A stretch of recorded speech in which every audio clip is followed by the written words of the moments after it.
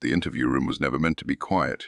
It was designed to breathe soft hum of fluorescent lights, the distant echo of boots in hallways, the low mechanical sigh of ventilation. Silence, when it came, was accidental, unwanted, and always temporary. But on the night Elias Grone walked into the Des Moines FBI field office and asked to confess to murder, the room held its breath. Special Agent Jonah Mercer noticed it first, not consciously, not as a thought, but as a pressure behind his eyes.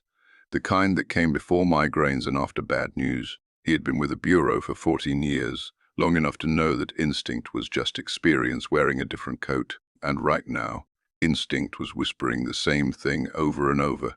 This is wrong. Elias Grone sat alone at the metal table, hands folded neatly, wrists bare. No cuffs, no tremor. He looked ordinary in a way that made Jonah uncomfortable, not forgettable ordinary. As if he belonged anywhere, he happened to be. Mid-30s, Caucasian, clean-shaven, brown hair trimmed too carefully to be accidental, a faint scar near the left eyebrow, thin as thread. He wore a grey hoodie and dark jeans, the kind of outfit that existed by the millions across America. Nothing about him announced danger. That was the problem. Jonah stood behind the two-way glass, coffee cooling in his hand, watching Elias breathe. Slow, measured, almost rehearsed. "You still want to do this?" asked Agent Rebecca Sue, standing beside him. The voice was low, controlled. She had that talent sounding calm even when her mind was sprinting ahead. Jonah didn't answer right away. He watched Elias tilt his head slightly, as if listening to something only he could hear. "He walked in," Jonah finally said. "No lawyer, no demands, no hesitation." Rebecca nodded. "Claims he's killed 11 people.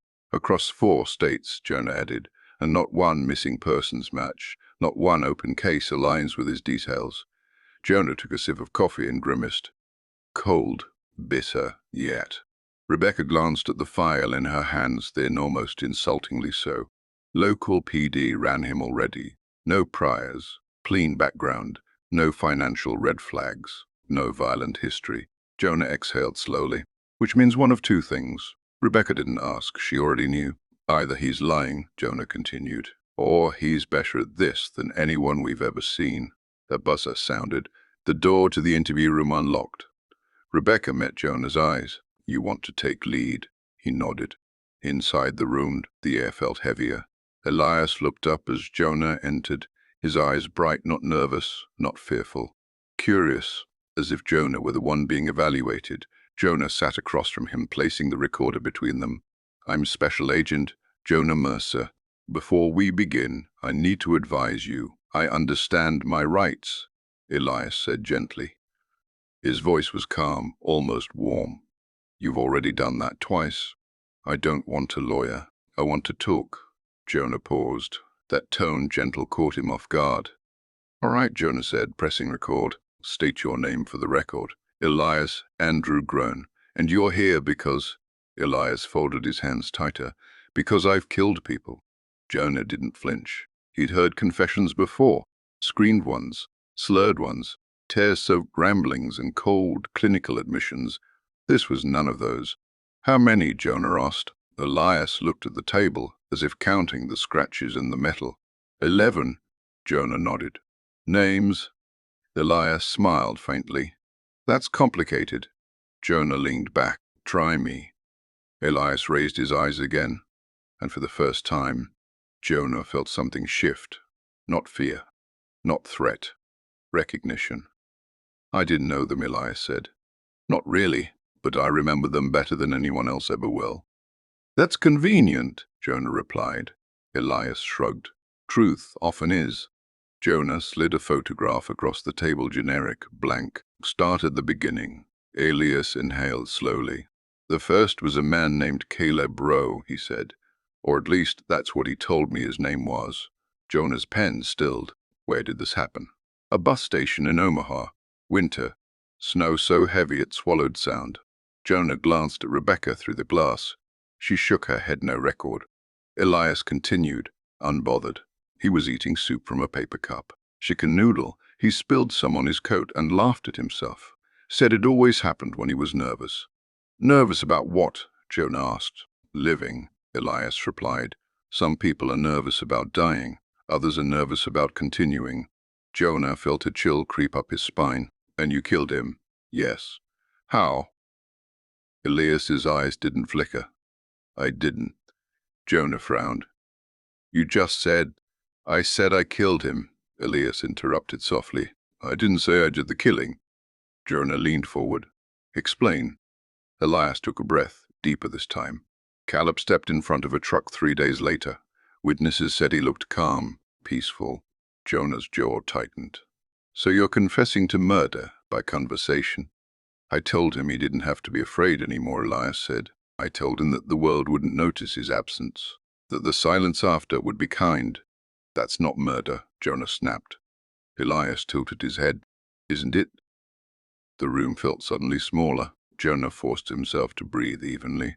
You didn't push him. You didn't threaten him. You didn't coerce him. I listened, Elias said. That's worse. Jonah stood abruptly, pacing once, then sitting again. People talk. People comfort each other all the time. Yes, Elias agreed, but not everyone knows which words loosen the knot. Jonah stopped writing. Let me guess, Jonah said carefully. The others died the same way. Elias shook his head. Different methods. Same outcome. You're saying you taught people into killing themselves. I'm saying, Elias corrected, that I helped them hear the thought they were already thinking. Jonah felt anger rising now. You expect us to believe this? Elias met his gaze unblinking. You already do. You're just trying to find a reason not to. Jonah opened his mouth to respond, and the lights flickered, just once. Brief. Enough to be noticed. Elias smiled. That happens sometimes, he said. What does? Jonah asked. When people start paying attention. Rebecca's voice crackled over the intercom. Jonah. He didn't look away from Elias. Give me a minute. Elias leaned back, relaxing for the first time. You know why I came here, Agent Mercer? Jonah didn't answer. Because I'm tired, Elias said. And because someone else is starting to listen now. Jonah felt his pulse quicken. Who? Elias's smile faded. Someone younger. Someone who still thinks these thoughts make him special. The recorder hummed softly between them. Outside the room, Rebecca was already pulling records, cross-checking suicides near bus stations, scanning dates, locations, weather reports. Inside, Jonah stared at a man who claimed responsibility for deaths without ever laying a hand on anyone, and for the first time in his career, Jonah realized the most dangerous criminals weren't always the ones who pulled the trigger. Sometimes they just taught others where to aim. By morning, the Des Moines field office no longer felt like a workplace. It felt like a wound someone kept pressing. Jonah Mercer hadn't slept, not on the office couch, not in his car, not even in the quiet minutes between caffeine refills. Every time he closed his eyes, he saw Elias Grone's face, not smiling, not threatening, just knowing, as if the man had been waiting years for someone like Jonah to sit across from him. Rebecca Sue watched Jonah from across the bullpen, concern tightening her jaw. She'd worked cases with him long enough to recognize the signs. He wasn't chasing a suspect. He was circling a mirror. You're going to burn yourself out, she said, setting a printed report on his desk. Jonah didn't look up. Already there. She sighed and pulled a chair close. We ran Omaha, winter suicides within 10 days of the date he gave us. Jonah's fingers paused over the keyboard. And Rebecca slid the paper forward. 3 cases, 2 men, 1 woman, all ruled suicide. No note. All had conversations with strangers shortly beforehand. Jonah closed his eyes. The station cameras? He asked. Grainy, Rebecca replied. But there's a man in a grey hoodie in the background of one frame. Face obscured. Height matches Elias. Jonah leaned back slowly. So he didn't lie. No, Rebecca said. He just didn't tell the truth the way we're used to hearing it. Jonah stood and paced, rubbing his temples. We can't charge someone for being persuasive. Rebecca hesitated. We can if persuasion crosses into psychological coercion. Jonah stopped. Did it? Rebecca didn't answer immediately. She pulled another file. Des Moines, she said. 6 months ago. College sophomore. Male. No history of depression. Jumped from a parking structure at 3 in the morning. Jonah felt something twist inside his chest. Witnesses? 1. Rebecca said quietly. Security guard. So the kid was talking to someone on the phone before he jumped. Laughing. Jonah swallowed. Phone records? Burner, Rebecca replied. Activated 2 days before, deactivated an hour after the jump. Jonah exhaled sharply. Elias. Likely, Rebecca said, but here's the part that bothers me. She slid a photograph forward, a still framed from surveillance footage. A young man leaning against a concrete wall. Phone pressed to his ear, smiling faintly. There's no visible distress, Rebecca said. No pacing, no crying, no hesitation. Jonah stared at the image. He looks relieved, Jonah murmured. Rebecca nodded. Exactly. The interrogation room felt colder the second time. Elias Grone sat in the same chair, same posture, same calm, as if the night hadn't passed at all, as if time behaved differently around him. Jonah entered alone this time. You slept? Elias asked. Jonah didn't respond. He set down a stack of files. Omaha, Jonah said. Des Moines, Cedar Rapids, Sioux City. Elias glanced at the files but didn't touch them. You found them? We found some, Jonah replied. You said 11. Elias smiled faintly. You'll find the rest. Jonah leaned forward. Why come in? Elias's expression softened. Because I don't want to be alone with it anymore. That's convenient, Jonah said bitterly. Is it? Elias asked. Or is it honest? Jonah slammed his palm on the table. People are dead. Yes, Elias said gently, and they were dying long before I met them. Jonah's voice dropped. You don't get to decide that. Elias met his gaze. Neither do you. Silence settled between them, thick and uncomfortable. Jonah broke it. How did you learn to do this? Elias looked away for the first time. Toward the corner of the room, toward nothing. I was 12, he said. My mother used to sit at the kitchen table long after dinner. She traced the same crack in the wood with her finger, over and over, like she was trying to wear it away. Jonah listened, despite himself. She talked, Elias continued. Not to Meanie, not to anyone, just out loud, about how tired she was, how loud the world felt, how silence used to mean something different. Elias swallowed. One night I sat across from her and repeated her words back, not comfort, not reassurance, just reflection. Jonah frowned. And she stopped talking, Elias said. She smiled, and the next morning she was gone. Jonah's breath caught. Suicide. Yes. Jonah leaned back slowly. And you blamed yourself. Elias shook his head. No, I blamed the silence. I realized words aren't powerful. Permission is. Jonah stared at him. Permission to die. Permission to rest, Elias corrected. There's a difference. Jonah felt a memory stir unwanted, uninvited. A hospital room. A man lying still. Machines humming. A doctor's voice asking questions Jonah hadn't been ready to answer. He shoved it down. You think you're helping? Jonah said. I know I am, Elias replied. Jonah scoffed. You didn't save anyone. Elias leaned forward now, eyes intense. Neither did you. Jonah stood abruptly, chair screeching. That's enough. Elias watched him go, unbothered. Outside, Jonah leaned against the hallway wall, chest tight. Rebecca approached cautiously. You okay? No, Jonah said honestly. He's not lying, and that's worse. Rebecca hesitated. Jonah, we pulled your records. Jonah stiffened. My records? Internal, Rebecca said softly. Your brother? The hallway seemed to tilt. You didn't tell me I didn't think it mattered, Jonah snapped. Rebecca met his eyes. He died by suicide. Jonah's jaw tightened. 10 years ago. And no note, Rebecca added. Just like Elias's cases. Jonah closed his eyes. Jonah, Rebecca said gently. Elias asked for you specifically this morning. Jonah looked at her sharply.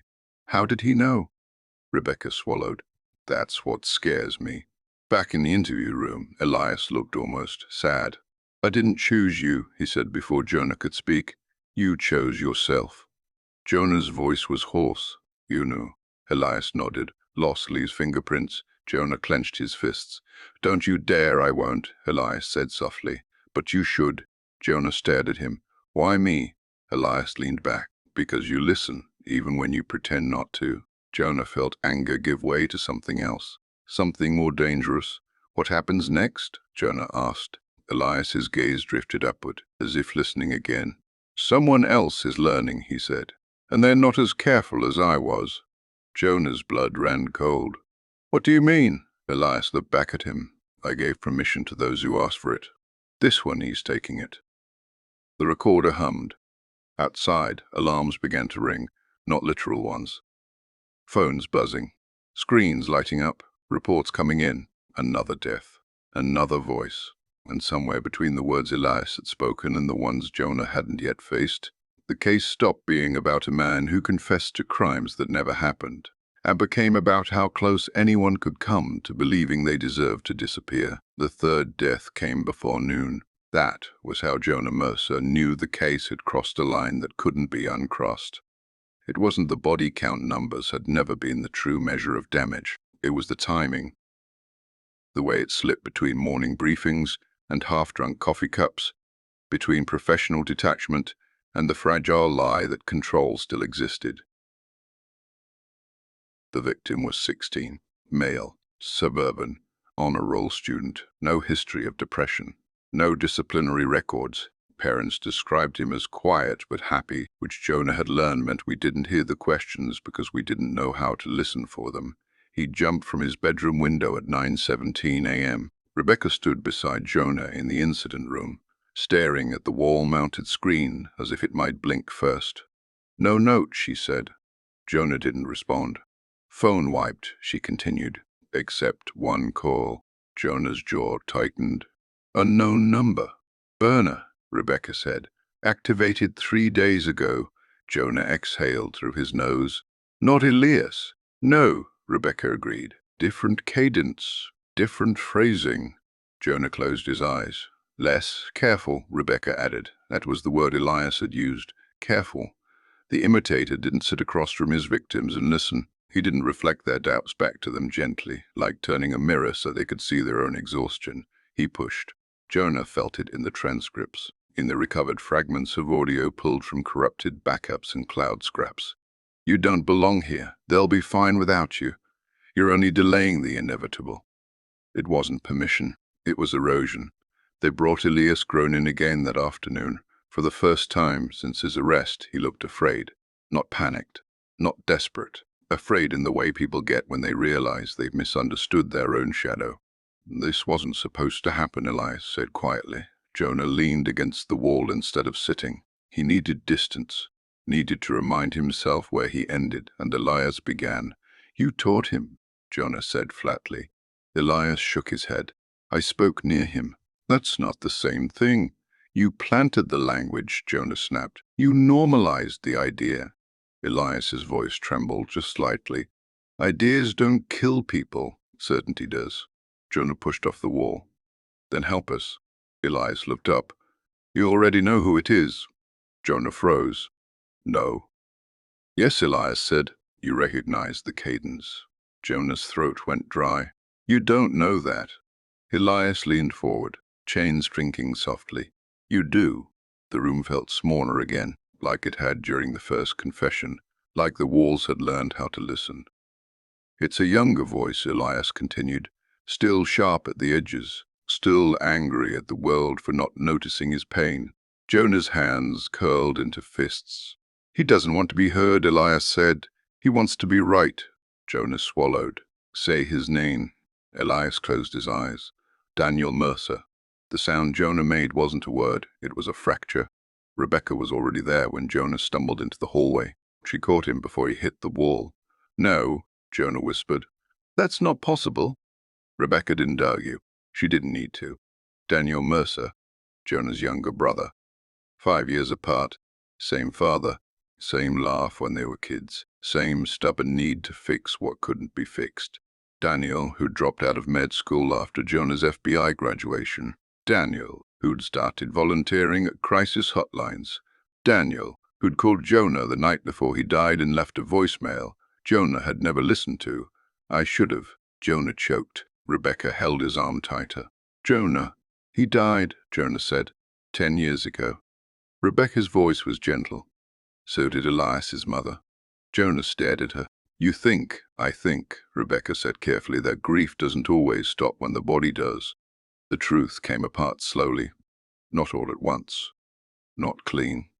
Daniel hadn't died that night. He'd tried. The paramedics had revived him after 22 minutes without oxygen, long enough to change things, not enough to erase them. Brain damage, identity reconstruction, a new name, a sealed medical record Jonah had never known existed. Elias hadn't lied when he said someone younger was listening. Daniel hadn't come back angry at Jonah. He'd come back convinced that the world ran on quiet cruelties no one wanted to admit, convinced that Elias's philosophy lacked honesty, convinced that mercy was just another word people used when they were afraid to tell the truth. They found Daniel in a rented apartment 2 states away. No weapons, no restraints, no trophies, just notebooks, pages and pages of conversations reconstructed from memory, transcripts of pain. Jonah sat on the floor of that apartment long after the text finished, notebook resting in his hands. Daniel's handwriting was shaky, uneven, like the thoughts outran the muscles. "They don't want hope," one line read. "They want permission to stop hoping." Another page, circled in red. "Elias asks, I answer." Jonah felt something tear open inside his chest. They arrested Daniel without resistance. He looked at Jonah with a stranger's eyes. "You came," Daniel said. Jonah couldn't speak. "I knew you would," Daniel continued. "You always listen, eventually." Jonah shook his head. "This isn't listening. This is killing." Daniel frowned. "Is it?" Jonah exploded then, years of restraint breaking loose. "You don't get to decide who lives," Jonah shouted. "You don't get to rewrite despair as truth." Daniel's face crumpled. "You didn't answer the phone." The words hit harder than any blow. "I needed you," Daniel whispered, "and all I heard was silence." The trial never happened. The Bureau sealed the case. Officially, Elias Grone was charged with obstruction, conspiracy, and psychological coercion. Daniel Mercer was deemed incompetent to stand trial and committed indefinitely. Unofficially, no one slept well again. Jonah resigned 6 months later. He didn't give a speech, didn't clean out his desk ceremoniously. He just left. Years passed. Jonah moved somewhere quiet, somewhere with fewer echoes. He started listening differently. Not as an agent, not as a brother trying to save someone, just as a human being sitting across from another. Sometimes at night he'd replay Daniel's voicemail, not to punish himself, to remember, because silence, Jonah had learned, was never empty. It was full of things people were afraid to say, and sometimes the most dangerous words in the world weren't threats or lies, but the ones spoken softly, when someone was tired enough to believe them.